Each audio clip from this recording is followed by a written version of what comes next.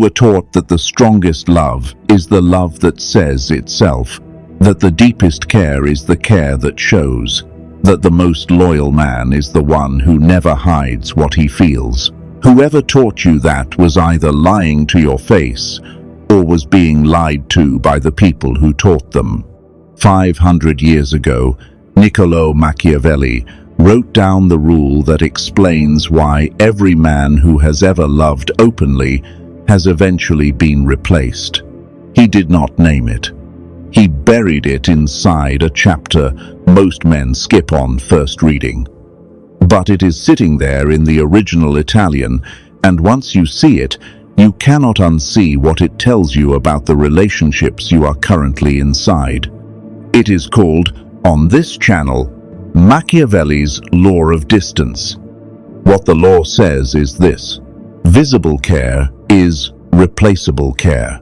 The man who shows his devotion in real time is the man whose devotion is being measured, weighted, and quietly priced by the people receiving it. The man who keeps his care at distance is the man whose care cannot be exploited, because it cannot be located. This is not coldness. This is not detachment. This is not the brittle, performed indifference that fragile men confuse with strength. The law of distance is something stranger and older than any of those things. It is the recognition that what you protect by keeping at distance, you preserve. What you broadcast in real time, you spend. For most of your life, you have been told the opposite. Express your feelings. Be vulnerable. Communicate openly. Tell the people you love that you love them. Show up emotionally. Never let them wonder where you stand. Every one of those instructions was written for a world that does not exist. A world where the people receiving your disclosure had been trained to handle it. You are not living in that world. Most men are not. Most men are bleeding into a system that was built to feed on what they bleed. What is about to be unpacked over the next 30 minutes is the architecture that powerful men have always operated from, even when they could not have named it. It is the reason a certain kind of man can love his wife for 40 years without spending a single sentence on it in a restaurant. It is the reason your grandfather kept your old school shoes in a box in the loft for 15 years and never told you. It is the reason you have always sensed something thin, something performative, in the men who say it loudest. The lens is Machiavelli. The application is your life. There is a difference between feeling something and showing something. The Greeks knew it. The Romans knew it. Every culture before the modern one knew it. And then, somewhere between 1965 and 2010, a particular kind of cultural project decided that the unspoken feeling was the dishonest one. That the man who did not narrate his interior life was, by definition, hiding something. That the failure to disclose was a moral failing. This is the bleed reflex, the trained instinct to confess, explain, or reveal yourself to people who have not earned the vocabulary to hear you. It was installed in you by therapists, by sitcoms, by relationship influencers, by HR departments running sensitivity workshops, by every well-meaning teacher who told you that bottling things up would kill you. They were correct that something would kill you. They were wrong about which thing. The bleed reflex feels like maturity. It feels like growth. It feels like the modern, healed version of yourself. It is none of those things. The bleed reflex is a domestication mechanism. It is the gentlest, most well-disguised muzzle ever placed on men. And you have been wearing it for so long, you have forgotten what your own teeth look like. Sit with that. Now consider what Machiavelli understood, that the modern emotional disclosure industry refuses to. The people you reveal yourself to are not neutral. They are not a confessional booth. They are not your therapist, even when they are your therapist. Every disclosure is an item of intelligence. Every confession is a piece of the map, and the map gets used. Machiavelli wrote in The Prince that the prince must guard against flatterers, but the deeper rule beneath that one is this: the prince must never make himself legible to his court. Once the court can read him, the court can manage him. Once they know what moves him, what frightens him, what he cannot do without, they have a leash. The only question left is when they choose to pull it. You are not a prince, but you are the prince of your own life. And the people in your court, your partner, your colleagues, the friend you have known since you were 19, the manager who smiles when she walks past your desk, they are not waiting for your disclosure with neutral hands. They are waiting with hands that have somewhere to put what you tell them. A specific moment. A man comes home from work on a Wednesday evening. His wife or his girlfriend asks how his day was. He has had the worst day in 3 years. A project he has spent 8 months on has just been quietly killed by a director he had trusted. He feels the weight of it pressing on the inside of his chest. The therapy-trained version of him says, "Be open, share it, do not bottle it up. Your partner is your safe place." There is no safe place. There never was. There was only a place he had agreed to call safe, because the alternative was too cold to live with. So he tells her. He tells her how betrayed he feels, how exposed, how he saw it coming 3 weeks ago and did not act because he did not want to seem paranoid. He tells her which colleagues he no longer trusts and why. He tells her that he is wondering whether the company has decided he is finished. She listens. She is sympathetic. She says the right things. She makes him a cup of tea. And then 6 months later, when an argument escalates over something that has nothing to do with his work, a sentence lands that was assembled from every disclosure that Wednesday night. Maybe the reason your career is stalling is exactly what you said yourself. She does not mean it cruelly. She means it as truth. She means it as the thing he said himself. This is the bleed reflex collecting its tax. He gave her the map. She used the map. He cannot now be angry that she had it, because he handed it to her with both hands and called the handing over an act of love. The map was always going to be used. Every map is. The only question was when. So, if visible care is replaceable care, what does the alternative look like? Not absence, not coldness, not the performed indifference that fragile men confuse with strength. The opposite of the bleed reflex is not silence. It is something more interesting. It is what this channel is going to call the distance doctrine, the discipline of caring deeply at strategic remove, feeling more, showing less, and letting the difference between the two be the substance of who you are. The distance doctrine starts from a simple observation. The men who have loved most fiercely across history have, almost without exception, been the men least likely to narrate their love. Augustus Caesar carried the weight of an empire he had built out of 40 years of ruthless, exhausting work. He loved Rome with the obsessive intensity of a man who had given his life to it. He almost never said so. His love was visible only in the architecture, the laws, the borders, the long peace he held in place by sheer force of will. He cared more than the senators around him. He showed less. Charles V, 1500 years later, ruled an empire on which the sun did not set. He cared so deeply about the future of that empire that, when he became old and tired and saw that his diminished self could no longer serve it, he abdicated. He walked away. He retired to a monastery in Spain. The most powerful man in the world chose to disappear because his love for the thing he had built was greater than his love for being seen ruling it. He never wrote a long letter explaining the depth of his feeling. He acted. The act was the proof. Now bring that lens to your own life. The men who genuinely love you have almost certainly never told you about it the way modern instruction insists they should. Your father, if you had a father, did not narrate his love for you over Sunday dinner. He showed it by being there at 5 in the morning to drive you to the airport.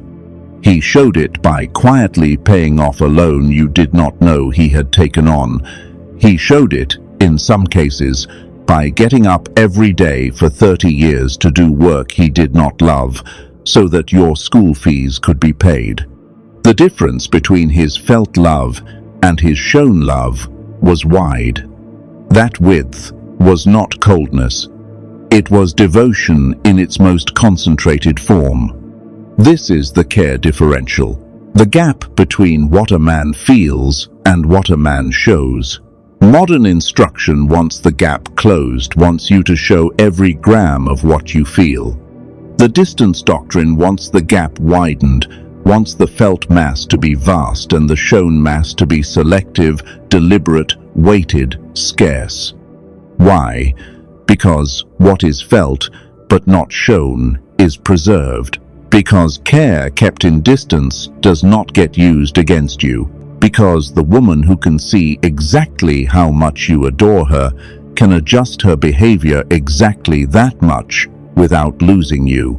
Because the friend who knows precisely how much your friendship matters can reach into your wallet without you ever feeling the pull. Because legibility is leverage, and leverage in the wrong hands is what hollows men out from the inside. The men who keep what they love do not narrate what they love.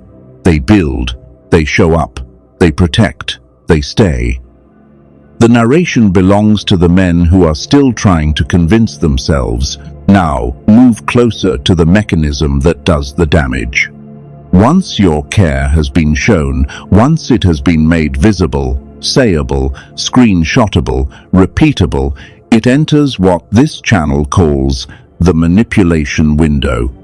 The narrow time frame between disclosure and weaponization, during which the person who received the information decides, often unconsciously, what to do with it. The manipulation window is rarely operated by villains. That is what makes it dangerous. It is operated by ordinary people who have been handed the map of your interior and now have to decide whether to read it for sympathy or for advantage. Most of them do not consciously choose advantage. They just slowly, gently, without ever naming it, start steering. This is the selection window's older sibling. Where the selection window is the under 30-second period during which a manipulator classifies you as a target, the manipulation window is the period after you have already classified yourself by what you said in front of them. The selection window assesses you by reading your architecture from outside. The manipulation window receives the architecture as a gift and decides, gradually, what to do with it. The mechanism is simple. Once a person knows what you cannot do without, they know what to imply, they might withhold. Once they know what you fear, they know what tone of voice will move you. Once they know what wounds you, they know which small reference will make you flinch 6 months later in an argument that has nothing to do with the original wound. Once they know what you are devoted to, they know what to threaten when they want concession. You will recognize the symptoms. The colleague who suddenly knows precisely which feedback will undo you, when 6 months ago that same feedback would have rolled off you. The partner who has acquired a list of the things she can say only when she really wants to win. The friend who has, somehow, started using the most painful piece of your history as a punctuation mark in jokes. None of these people are evil. All of them have read the map you handed them. Robert Greene, in the 48 Laws of Power, framed it as Law 3. Conceal your intentions. The Florentines framed it earlier and crueler. There is a Tuscan proverb, older than Machiavelli, chi parla troppo, paga sempre. He who speaks too much always pays. The price he pays is not always counted in money, it is counted in adjustments, in the slow, accumulating recalibration of the people around him to extract more for less. This is why tactical opacity matters. It is not paranoia. It is not coldness. It is the practical recognition that not every room you walk into deserves the keys to your house, and that handing those keys over because the room asked nicely is not honesty, it is failure to read the room. The distance doctrine is the inner architecture. Tactical opacity is what that architecture looks like when it walks into a meeting, into a marriage, into a friendship. One is the structure, the other is the behavior. But this is where the architecture becomes interesting, because the distance doctrine is not a doctrine of withholding, it is a doctrine of positioning. The man who operates from it is not less present in the lives of the people he loves. He is, in a particular sense, more present. He just refuses to perform his presence. There is a position the framework calls the witness position. Imagine a room. In the center of the room are the people you care about, your wife, your children, your closest friend, the work you have given your life to. Around the center are concentric circles of decreasing intimacy. The bleed reflex puts you in the middle of the center, narrating, expressing, confessing, performing your involvement in everything. The witness position puts you slightly outside the innermost ring, close enough to act, far enough to see. From the witness position, you notice things. You notice when your wife has had a bad week before she tells you, and you act on it without announcing that you noticed. You notice when your colleague is about to make a mistake that will cost him his position, and you intervene quietly without ever saying you saved him. You notice when your friend's marriage is failing, and you make space for him without asking why. You notice when your child is starting to lie to you in small ways, and you adjust the architecture of the household so the lies become unnecessary, without ever naming what you saw. This is what Marcus Aurelius did. The Meditations were never meant to be read. They were a private notebook written by the most powerful man in the known world, for himself, on campaign, by candlelight, after the day's correspondence was closed. He cared about Rome with an intensity that drove him to do work that killed him. He cared about his sons. He cared about his philosophy. He almost never said so. He acted. The acting was the speech. I think that is the genuine difference between a powerful man and a performing one. The performing man is at the center of every room, telling everyone how much it matters to him. The powerful man is one ring out, doing the thing the performing man is talking about. A father on a tube platform at midnight on a Tuesday in November, picking up his 19-year-old daughter who has had a worse evening than she will tell him about. He does not say much. He buys her a hot chocolate from the kiosk. He carries her bag. They walk home in the cold, and at no point does he tell her he loves her, and at no point does she doubt it. The tube platform is the witness position. The hot chocolate is the doctrine. Now, let me flip something for you, because if I leave the distance doctrine where it is, you will misread it. The distance doctrine is not a permission slip to become emotionally absent from the people you love. It is the opposite. It is a discipline. The man who cannot show care because he has frozen is not operating the distance doctrine. He is broken. The man who has let the felt mass of his care atrophy until there is nothing inside to defend is not high status. He is hollow. What this is about is a man whose interior is enormous and whose exterior is precise. A man who feels everything, who lets very little of it leak in real time, and whose actions over years are the proof that the interior was real. A man who is not cold, but who is not indiscriminately warm. A man who chooses where his warmth goes and refuses to let it become a public utility. And the men who have spent time on this channel will recognize the connection to a previous video, the one on the predator's silence. That video taught the outer behavior, the refusal to react when provoked, the weapon of withholding under attack. This video is the inner architecture underneath that behavior. The distance doctrine is the structure. The predator's silence is what the structure looks like when somebody tries to test it. Watch that one tonight after this. Without it, what you are learning here only takes you halfway. The two pieces lock into place when they sit together. And before going further, something needs to happen in the comments under this video. Most men will never type what is about to be asked. They will recognize something in this video, feel the weight of it for 10 seconds, scroll, and then a week from now wonder why nothing has changed. The men who write are different. So if a specific moment in your life has just been named a Wednesday evening when you told your wife or your girlfriend about the worst day you had at work and watched it become ammunition 6 months later, a friend who started referencing your most vulnerable confession as a casual joke, a colleague who learned exactly which feedback would destroy you because you told them, in a moment of openness, exactly which insecurity you were trying to outrun. Or the opposite, the father, the friend, the partner who never told you they loved you and whose entire life turned out to be the proof. Write it. Not for me. Write it for the next man who reads this comment section, who needs to know he is not the first one to see this.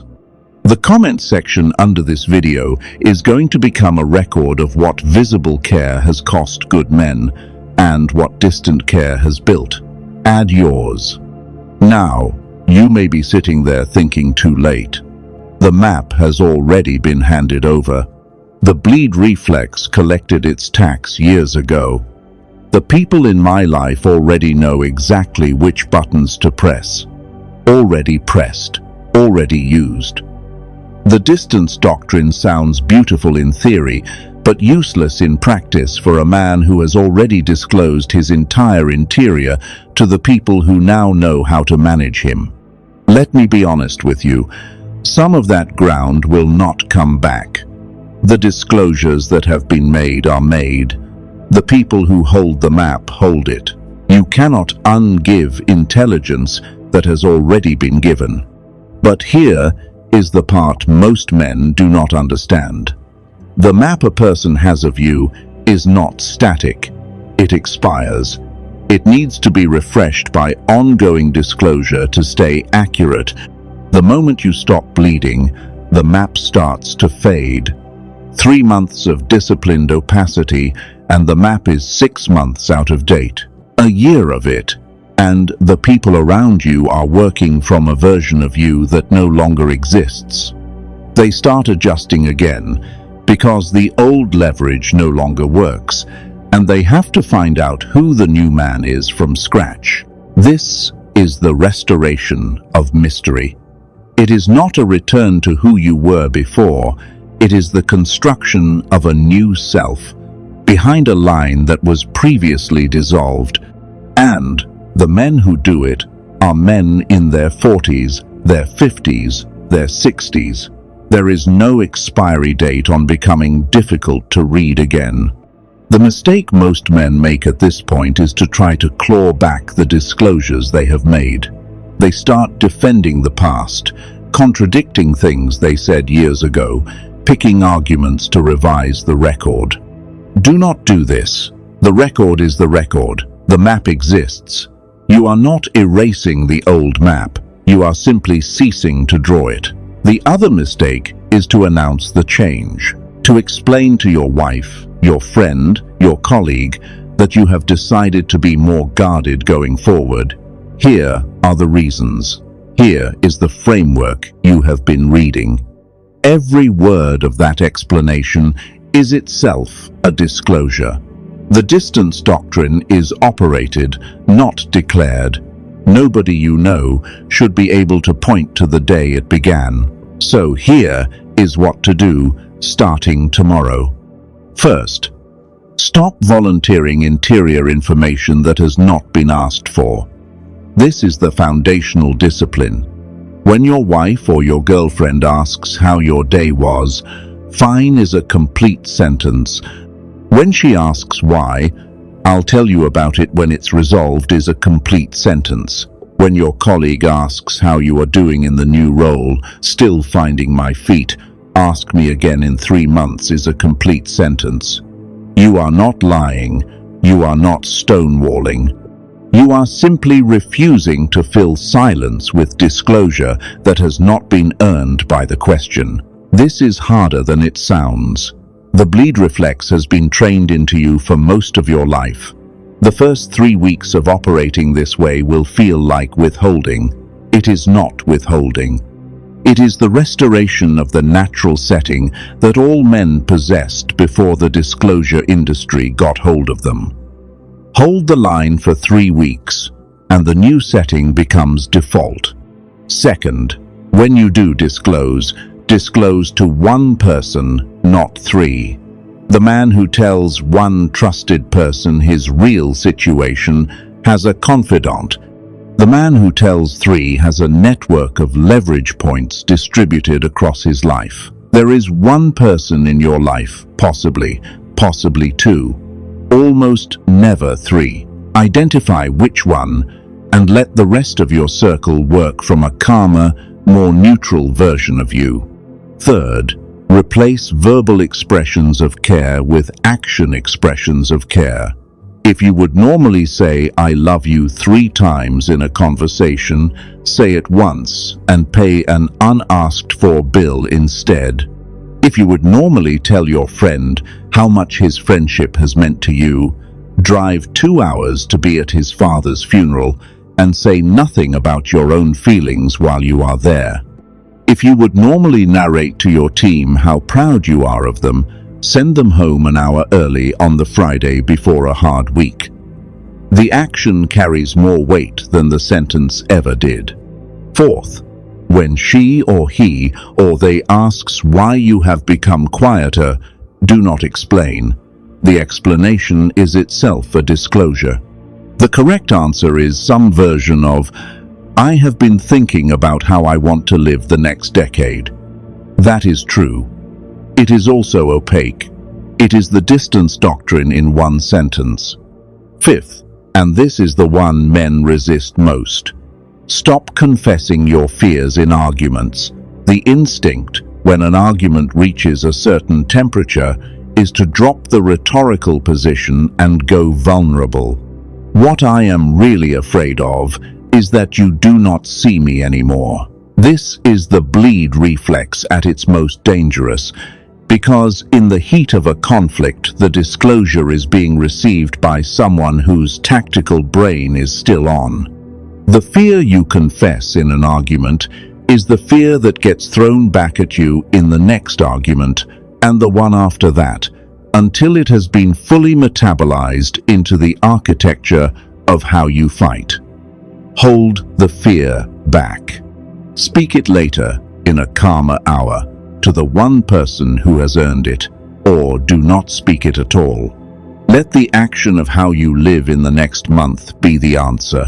Sixth, there is a phrase that powerful men say to themselves, in private, as an operating principle. A phrase you are about to be invited to inherit. What I will defend, I will not advertise. Sit with that one. What I will defend, I will not advertise. The people you would die for do not need to know that you would die for them. They need to know, by your sustained, undramatic presence, that they will not have to wonder. The advertising is for the men who would not actually do it. This is the larger truth that runs underneath everything in this video, and underneath everything Machiavelli was actually trying to teach men of a different age. The men who keep what they love do not advertise it.